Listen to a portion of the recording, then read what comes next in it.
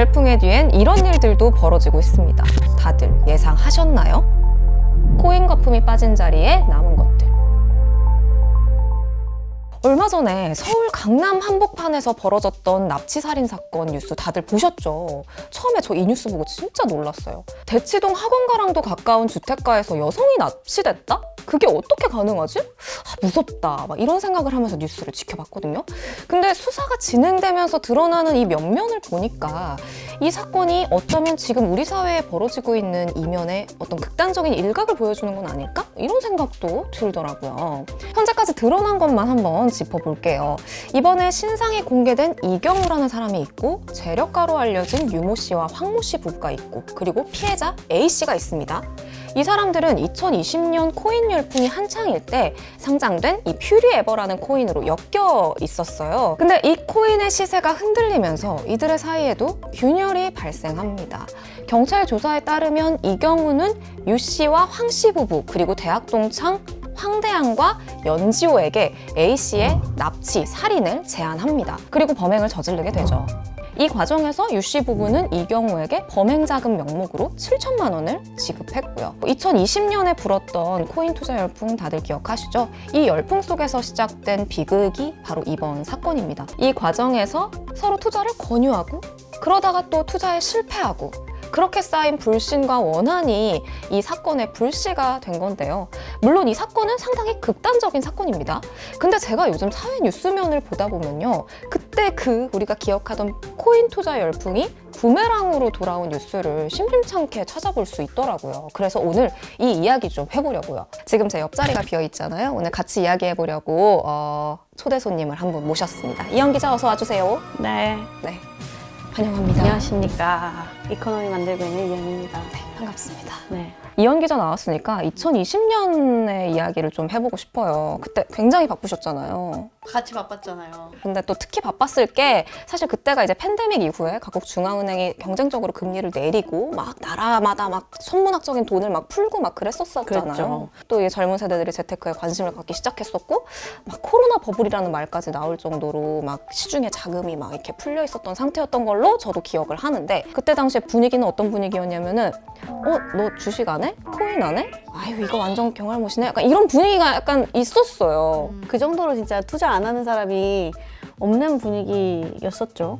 그때 또 콘텐츠 많이 만들었었잖아요, 이현 기자는. 근데 그때 진짜 뭐든지 다 막 투자하라고 하는 유튜버도 엄청 많았고 그 톤 조절하는 것도 혼자 나름의 스트레스였거든요. 왜냐하면 버블이 있으면 당연히 붐이 오면 버스트가 있다는 거를 배웠는데 주식도 계속 가고 코인도 계속 가고 그러다가 이제 NFT라는 거 튀어나오면서 막 메타버스 막 광풍 막 이랬었잖아요. 주식 처음이라면 이것부터 시작하세요 이런 것도 하고 그때 뭐 동학개미니 서학개미니 그치. 막 뭐 이런 막 유행어들도 많이 생기고 네. 그랬었죠. 주식 시장에 돈이 진짜 엄청나게 몰려서 유동성 장세라고 하는 장세를 만들었었는데 그때 예탁금 규모가 엄청 컸고 근데 암호화폐 시장도 마찬가지로 돈이 엄청 많이 몰렸었거든요. 찾아보니까 2021년 8월 기준으로 암호화폐 거래소 중에 업비트랑 빗썸 두 군데가 크잖아요. 국내에서는 두 군데에 있는 예수금이 각각 42조 9,674억 원, 빗썸은 11조 6,245억 원. 아마 그때 사서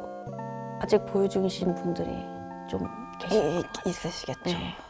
주식도 주식이지만 되게 많은 사람들이 되게 대중적인 투자처로 코인을 찾았던 게 맞아요. 굉장히 특징인 것 같거든요. 그때 당시에 우리 막 그런 거 막 많이 돌고 받은 글로 막 많이 돌고 이랬잖아요. 누가 뭐 어디 홍보팀의 어느 막내가 퇴사를 했는데 알고 보니 코인으로 뭐 몇 억을 뭐 벌었다더라 그랬다더라. 막 이런 이야기 들으면서 다들 가자 막 외치고 막 그랬었던 그 열풍이 맞아. 아직도 기억나는데 맞아요. 그러면서 막 코인도 막 별별 코인 막 다 상장됐었잖아요. 진짜 많이 막 나왔죠. 온갖 밈 코인들 막 나오고 민코인의 상징 또 요즘에 아직까지도 일론 도지코인. 머스크가 장난로 코인, 도지코인. 그러니까요 진짜로. 근데 저는 사실은 돌아보면 참 안전장치도 부족했고 그리고 저 스스로도 아직 이 가격 형성의 메커니즘을 100% 이해하지 못하고 있거든요. 저도. 가격이 어떻게 형성되는 걸까요? 모르겠어요. 저는 모르겠어요. 사실 잘.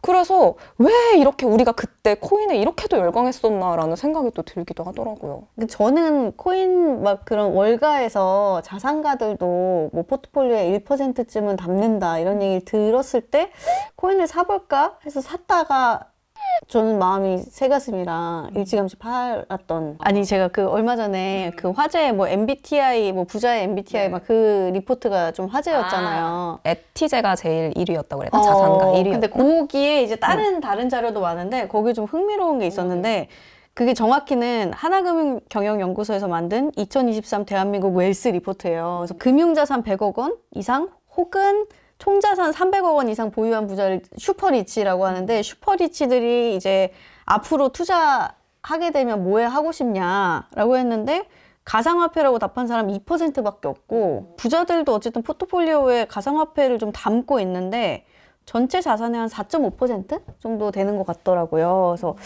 한편으로는 몇 년 전과 비교하면 가상화폐를 하나의 자산으로 본 사람도 많구나 싶은 한편 300억이 넘게 있는 슈퍼리치도 4.5%만 담는데 우리가 너무 많이 남았던 것은 아닐까, 이런 생각도 한번 해봤어요.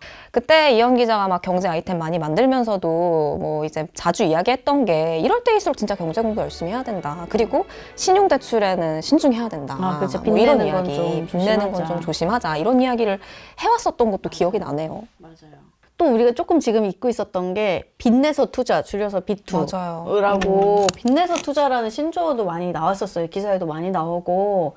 근데 뭐 주식이건 코인이건 뭐 한두 달만 기다리면 이게 수익률이 막 최소한 10몇 %, 많은 건 막 30%, 40%다 오르던 때니까 일단 빚내가지고 투자하고 두 달만 기다렸다가 팔면 뭐 애플이 망하겠어? 애플 주식 같은 거 그렇게 투자하면 남길 수 있는데 이걸 왜 안 해? 라는 분위기가 되게 쉽게 형성이 됐던 것 같거든요. 근데 문제는 사실은 빚을 정말 필요할 때 활용하는 건 너무 좋지만 이게 내가 감당할 수 없는 빚이 되어버리면 빚이 빚을 부르게 되는 것 같거든요. 그래서 다중채무라고 그 금융회사 3군데 이상의 돈을 빌린 상태인 경우를 다중채무자라고 하는데 20대, 30대 다중채무자가 되게 크게 늘었다는 통계가 최근에 있었어요. 네네. 그래서 코로나 이전이 2019년이랑 지난해 말 그 3년 사이에 얼마나 늘었나 보니까 20대, 30대 다중채무자가 15만 3천 명 늘었다라고 하는데 늘 그렇듯 이 숫자만 보면 사실 잘 모르겠잖아요. 많이 늘은 건지 뭔지 그렇죠. 뭐 잘 모르겠죠. 근데 다른 연령대랑 비교해보면 다른 연령대는 이만큼 늘어난 연령대가 없고 심지어 40대 같은 경우는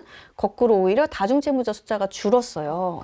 근데 20, 30대는 눈에 띄게 증가를 한 거죠. 뭐 한 번에 빌린 사람도 간혹 있겠지만 대체로는 한 군데서 빚을 갚은 게 감당이 안 되니까 더 고금리에 빌리기 쉬운 곳 이렇게 가다가 다중채무자가 되는 경우가 많죠. 근데 또 이렇게 빚을 내서 투자를 하고 막 영혼까지 끌어모아서 투자한다는 막 영끌 이런 얘기까지 있었는데, 근데 사실 팬데믹 국면이 좀 마무리되고 금리도 이렇게 오르면서 사실 그때의 어떤 우리가 거품이라고 말할 수 있는 이 거품은 좀 서서히 거쳤잖아요. 진짜 오래됐죠. 금리 올라가기 시작하면서 다 끝났지. 그래서 제가 또 기사를 찾아봤더니 지난해 7월에 서울회생법원이 개인 회생할 때 이 변제금을 계산할 때 주식하고 가상화폐 투자 손실금을 총액에서 제외하겠다라는 발표를 했었어요. 작년 7월에. 근데 이후 반년 동안에 20대의 개인 회생 신청 건수가 1년 전보다 2배나 늘었다고 하더라고요. 그러니까 이게 지금 현실이 어떤지를 보여주고 있는 거죠. 그래서 실제로 뭐 이렇게 온라인에 찾아보면은 조금 이렇게 반발하는 목소리들도 있어요. 아니 코인 투자 자기가 하고 싶어서 했는데 그 손실금 나라에서 갚아주면 나도 코인 투자할 걸 그랬네. 약간 이런 좀 비아냥대는 목소리들도 인터넷에 좀 있긴 하더라고요. 그렇죠. 항상 얘기하는 게 사실 투자는 본인의 선택이긴 하거든요. 물론 그게 사회적 문제가 될 만큼 너무 많은 젊은이들이 그것 때문에 뭐 아예 삶의 의욕을 잃고 한다면 사실 이렇게 변제를 해주고 하는 방식으로 다시 일어설 수 있게 해주는 게 맞지만 기본적으로는 모든 투자는 본인의 판단인 거죠. 그렇죠. 그래서 근데 또 이렇게 말하기가 그런 게 그때 분위기가 그랬으니까. 그렇죠. 지금이면 또 이렇게 말할 수 있지. 근데 이렇게 사실은 여러 금융사에 빚을 진 젊은 세대들은 늘었는데 지금 나라 상황을 보면은 뭐 우리나라뿐만이 아니라 전 세계가 그런 상황이죠. 고금리, 고물가. 그렇죠. 경기 침체도 상황이잖아요. 뭐 사실상 왔고. 이 직격탄까지 맞게 된 거죠. 가상화폐 시장 관련해서 추가로 더 뉴스를 찾아보니까요. 이 코인게코라고 글로벌 가상자산 플랫폼이 있거든요. 근데 여기서 발표한 게 있어요. 2021년에 8,000개 이상의 코인이 상장이 됐는데 이 중에서 40%가 현재 프로젝트를 멈췄거나 상장이 폐지됐다라는 내용을 발표한 거예요. 가상자산 관련 사기 사건도 늘어났어요. 경찰에 따르면 2021년 가상자산 사기 관련한 피해 액수가 3조 1282억 원으로 역대 최고에 달했고 지난해에도 사실 코인 시장이 좀 침체됐지만 그럼에도 1조 원이 넘는 피해가 발생했다라는 기사도 있더라고요. 그리고 또 최근의 뉴스 중에서 좀 주목해서 볼 만한 뉴스가 권도영 테라폼레스 대표가 얼마 전에 해외에서 도피 생활을 하다가 그 동유럽 국가죠. 몬테네그로에서 여권 위조 혐의로 붙잡힌 일이 있었죠. 맞아요. 그래서 딱 그 뉴스 보면서 아 맞아 테라루나도 있었지 작년에 그 사건도 있었지 생각이 났는데 가상자산이 안 그래도 좀 유동성 빠지면서 내려가고 있던 분위기였는데 시장의 불신에 완전 불을 지핀 약간 그런 계기가 되지 않았나 싶기도 해요. 근데 요게 좀 차별점으로 내세웠던 게 그거였잖아요. 그 1테라 이퀄 1 US 달러로 뭔가 연동을 시켜놓고 패깅이라고 하는데 패깅 시켜놓고 이 테라와 또 루나가 교환할 수 있게 해서 다른 코인과 다르게 루나는 안정적으로 이걸 유지할 수 있다 가치를 요게 이제 차별점이었는데 사실은 이게 그렇다고 뭐 1테라 이퀄 1달러를 유지하기 위해서 예수금을 계속 맞춰서 사놓는 것도 아니고 무슨 자기네만의 알고리즘이 있다면서 결국은 뭐 루나를 팔아서 테라를 산다든지 테라를 뭐 추가 발행한다든지 이런 식으로 약간 인위적이랄까? 그렇게 가치를 맞추던 거였어서 루나가 꽤 인기를 끌었거든요. 시총 5위 정도까지 갔었는데 한 6일 만에 시세가 1루나가 한 10만 원 하던 게 1원 밑으로 내려간 거예요. 거의 99%까지 하락하는 그런 일이 있었죠. 그래서 한 시가총액 50조 원이 증발했고 피해액이 지금 요즘 뉴스 나오는 게 한 59조 원 규모? 국내 피해자만 한 20만 명 이상으로 그 정도로 보편적으로 많이 샀던 코인이었죠. 루나 코인 같은 경우에는 국내 투자자뿐만이 아니라 해외 투자자들도 엄청 그렇죠. 많이 투자를 했단 말이에요. 그래서 미국에서도 권 대표에 대한 송환을 요청한 상황이에요, 몬테네그로에. 그렇기 때문에 일단은 국내로 송환이 되려면 몬테네그로에서의 수사 상황도 정리가 돼야 그쵸. 되고 거기서도 또 자체적으로 수사할 게 있다. 지금 여권 위조 혐의로 지금 잡혀있기 때문에 이 상황도 좀 정리가 돼야 되고 그리고 만약에 미국으로 송환이 될 경우에는 또 만약에 진짜 어떤 형기를 선고받을 경우엔 또 그걸 계속 기다려야 되는 문제가 있기 때문에 꽤나 시간이 걸릴 수도 있을 것으로 보여요. 어쨌든 시장은 지금도 계속 돌아가고 있지만 자산 가치가 떨어져서 손해를 보는 사람들도 생기고 그 혼란을 틈타 어디선가는 합법과 불법을 넘나들다가 덜미가 잡혀 수사가 진행되기도 하고 거기에서 누군가는 또 피해를 보게 되기도 하고 이걸 누군가가 또 이용하기도 하고 이 단면들을 추적해 가다 보면 어떤 사회 뉴스가 시작되는 것 같다라는 생각도 들더라고요. 그리고 여기서 좀 더 어두운 사회의 그늘로 가다 보면은 앞서 초반에 제가 이야기했던 그 납치 살인 사건처럼 어떤 강력 범죄나 비극적 사건의 단초가 되기도 하고요. 또 뭐 사건이 사건은 사실 심심찮게 찾아볼 수는 있죠. 작년 같은 경우에는 전남 완도에서 일가족이 숨진 채 발견됐던 사건이 있었는데 당시에 아이가 체험학습을 간다고 하고 학교에 빠지고 가족 전체가 실종이 돼서 경찰이 막 수사에 나섰던 그 일이 있었는데 찾았을 때는 이미 사망한 후였죠. 이후에 경찰이 조사를 해보니까 아이의 부모가 가상화폐 투자로 꽤 큰 손실을 보고 억대 채무를 진 상태였었다라는 게 밝혀지기도 했었죠. 그리고 또 기사들을 좀 찾아보니까 그런 일도 있었어요. 20대 남성이 코인 투자에 실패해서 빚을 지게 된 거예요. 그래서 평소 알고 지내던 여성을 협박해서 나체 사진을 찍습니다. 그 사진을 돈 받고 팔아서 빚을 갚으려고요. 근데 코인 투자 때문에라고 우리가 기사를 뭐 쓰긴 하지만 사실은 꼭 코인 투자 때문에 이런 범죄가 일어났다가 아니라 어려워졌다고 모두가 그걸 흉악범죄로 해결하려고 하는 건 아니니까 조금 그건 구분해서 봐야 될 것 같기도 해요. 그렇게 단순화해서 볼 수는 없는 문제긴 한데 다만 이제 사회 전체로 봤을 때는 이런 그림자들이 속속 보이고 있다는 것 자체가 조금 우려스럽긴 하다. 해당되는 사람이 워낙 네. 많은 거죠, 네. 무수가.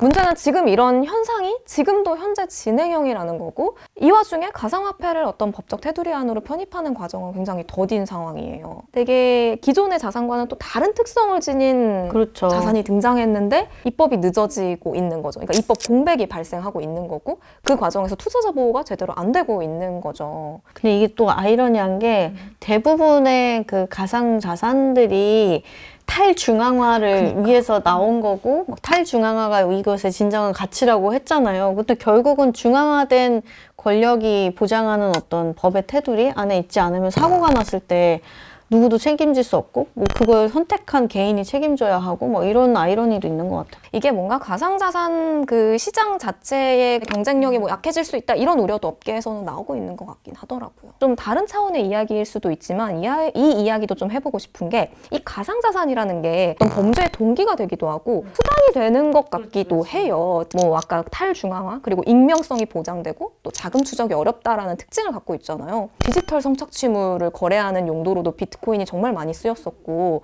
또 마약 거래도 요새 코인으로 많이 거래한다라는 뉴스들 많이 보셨을 텐데 또 이러한 이면이 또 존재한다라는 생각이 또 한편으로는 들더라고요. 김지아 기자가 했던 월드에서 북한 해커들도 아 맞아. 그쵸. 그때 북한 해커들도 그걸 그 이제 뭐, 해킹으로 해킹해서 대가로 뭐 네. 암호화폐를 요구한다 그쵸. 뭐 이런 얘기도 들었던 것 같네요. 네, 저는 얼마 전에 그 이영 기자가 장하준 교수하고 인터뷰하는 거 네. 보면서도 느꼈는데 그때 장하준 교수도 그런 어떤 2030의 투자 열풍에 대해서 설명할 때 사회적 이동성이 줄어든 현실과 엮어서 이 2030의 투자 열풍을 설명을 해주신 게 기억에 남는데 이 현재의 어떤 계층에서 더 성승 이동할 여지가 없으니까 주식이든 코인이든 교수님 피셜 도박을 한 도박이니까 성공률이 극히 드물지만 성공하면 대박인 도박인 그렇죠. 거잖아요. 근데 이 신자유주의 체제 하에서는 사실은 어떻게 다 개인의 책임이 되는 거잖아요. 그렇죠. 네. 그게 뭔가 구제의 기회가 그렇게 많지 않고 그러다 보니까 이렇게 사회 일각에서 오늘 이야기한 이런 병폐들이 나타나는 것 같기도 하다라는 생각이 또 들더라고요. 대부분의 이제 코인 투자나 이런 것으로 어려움을 겪고 있는 사람들 거슬러 올라가 보면 사실 진짜 사회 안전망이 없는 게 근본적인 원인이긴 하죠. 너무 뻔한 얘기지만 어쩔 수 없이. 당분간 코인 얘기는 제가 디스커버에서 하게 되지 네, 않을까? 어쨌든 코인으로 인해 발생하는 어떤 여러 사회 문제들은 네. 디스커버에서도 앞으로 계속 다루게 될 것 같고 그리고 또 뭐 새로운 가즈아가 나오겠죠. 그런 게 또 나오면 또 뭐 이코노미에서 무슨 일인지. 그러니까 여러분은 듣동라만 쭉 잘 보시면 됩니다. 네. 오늘 디스코노미 디코노미? 시간 어떻게 들으셨을지 궁금하네요. 여러분의 댓글 많이 남겨주시고요. 화수목 아침 7시 듣동나가 습관이 됩니다.